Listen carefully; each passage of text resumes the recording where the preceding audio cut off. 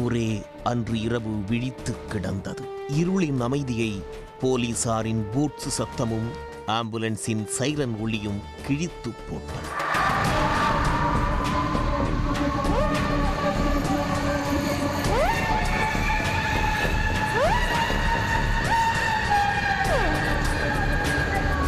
முகம் முழுவதும் சிதைக்கப்பட்டு கொடூரமாக வெட்டி கொல்லப்பட்டிருக்கிறார் ஒரு இளைஞர்.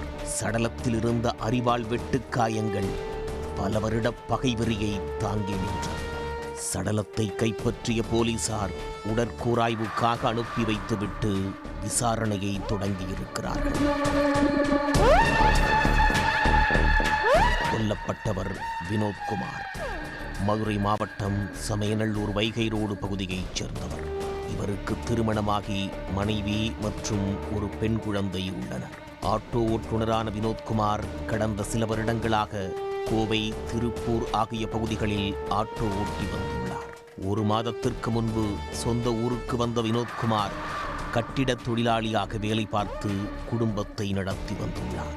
சம்பவத்தன்று வேலை முடிந்ததும் வினோத்குமார் நண்பர் பாண்டி என்பவரோடு சேர்ந்து வைகை ரோட்டில் உள்ள செயல்படாத சினிமா தியேட்டர் முன்பாக மது அருந்தி இருக்கிறார். அப்போது அங்கு காரில் வந்த மர்ம கும்பல் ஒன்று வினோத்குமாரை சரமாரியாக வெட்டத் தொடங்கியுள்ளது. நடந்த தாக்குதலை பாண்டி தடுக்க முயற்சித்துள்ளார்.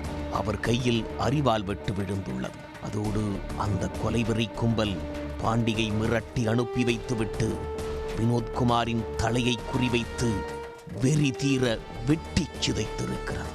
வெட்டும் போதே, என் தம்பியை கொன்னுட்டு நீ மட்டும் சந்தோஷமாயிருக்கியா என்று கத்திக்கொண்டே வினோத்குமாரை கொலை செய்திருக்கிறார்கள்.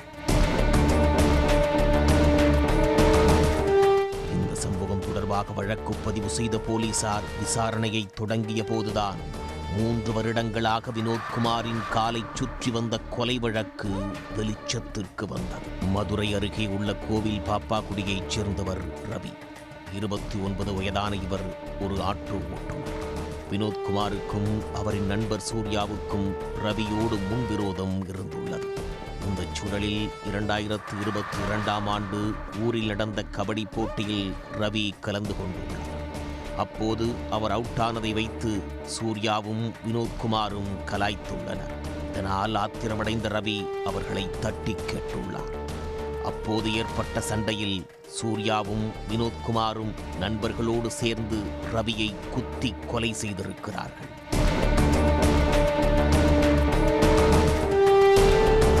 இந்த சம்பவம் தொடர்பாக வழக்கு பதிவு செய்த போலீசார் சூர்யாவையும் அவரது நண்பர்களையும் கைது செய்து சிறையில் அடைத்துள்ளனர். இந்த கொலை வழக்கிற்கு பிறகு சூர்யா ஊருக்குள் ரவுடியாக வலம் வரத் தொடங்கியுள்ளார். அவர் மீது ஏராளமான வழக்குகள் குவியத் தொடங்கியுள்ளன. ஜெயில் பறவையாக மாறி கஞ்சா, அடிதடி, கொலை முயற்சி போன்ற வழக்குகளில் அடிக்கடி சிறைக்கு சென்று வந்திருக்கிறார் சூர்யா. இந்த சூழலில்தான் கடந்த ஆண்டு கஞ்சா வழக்கு ஒன்றில் சிறைக்கு சென்ற சூர்யா ஜூன் மாதம் ஜாமீனில் வெளியே வந்துள்ளார்.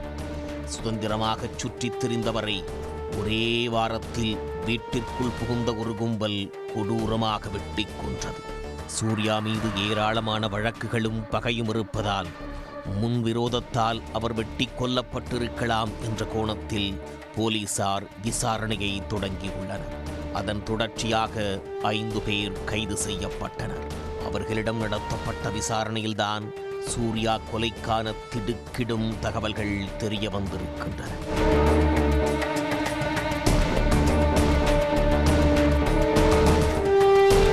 கைது செய்யப்பட்டவர்கள் வேறு யாரும் இல்லை. 2020ஆம் ஆண்டு சூர்யா குத்திக் கொன்ற ரவியின் சகோதரர்களும் உறவினர்களும் தான். ரவியின் கொலைக்கு பழி தீர்க்க வேண்டும் என்று அவரது சகோதரர்களான வடிவேலும் சிவாவும் சபதம் எடுத்திருக்கிறார்கள். சூர்யா ஜாமீனில் வெளியே வந்ததும் இருவரும் உறவினர்களோடு சேர்ந்து வெட்டி கொன்றிருப்பது விசாரணையில் தெரிய வந்துள்ளது. சூர்யா வெட்டி கொல்லப்பட்டதும் அடுத்த குறி தனக்குத்தான் என்று உணர்ந்து கொண்ட வினோத்குமார் உயிருக்கு பயந்து ஊரை விட்டே ஓடியிருக்கிறார். கோவை, திருப்பூர் ஆகிய ஊர்களுக்கு சென்று ஆட்டோ ஓட்டி பிழைப்பு நடத்தி வந்திருக்கிறார் சூர்யா. கொல்லப்பட்டு 1 வருடங்கள் ஆகிவிட்ட நிலையில் ஓரளவு பகைவெறி தணிந்திருக்கும் என்ற நினைப்பில் வினோத்குமார் மீண்டும் ஊருக்கு வந்திருக்கிறார். எந்த அச்சுறுத்தலும் இல்லாத காரணத்தால் வழக்கம் போல வேலைக்குச் சென்று குடும்பத்தோடு சந்தோஷமாக இருந்துள்ளார். ஆனால் ரவியின் சகோதரர்களோ ஓடி ஒளிந்து கொண்ட வினோத்குமார் வெளியே வர வேண்டும் என்பதற்காகத்தான் இத்தனை நாட்கள் அமைதியாக இருந்திருக்கிறார்கள். ஊருக்குள் அவரை சகஜமாக நடமாட விட்டுள்ளனர். அவரின் நடவடிக்கைகளை தொடர்ந்து கவனித்து கொலைக்கு ஸ்கெட்ச் போட்டிருக்கிறார்கள். திட்டமிட்டபடியே சம்பவத்தன்று வைகை ரோட்டில் மது அருந்திக் கொண்டிருந்த வினோத்குமாரை வெட்டி கொன்றுவிட்டு ரவியின் சகோதரர்களும் உறவினர்களும் தப்பிச் சென்றிருப்பது விசாரணையில் தெரிய வந்துள்ளது.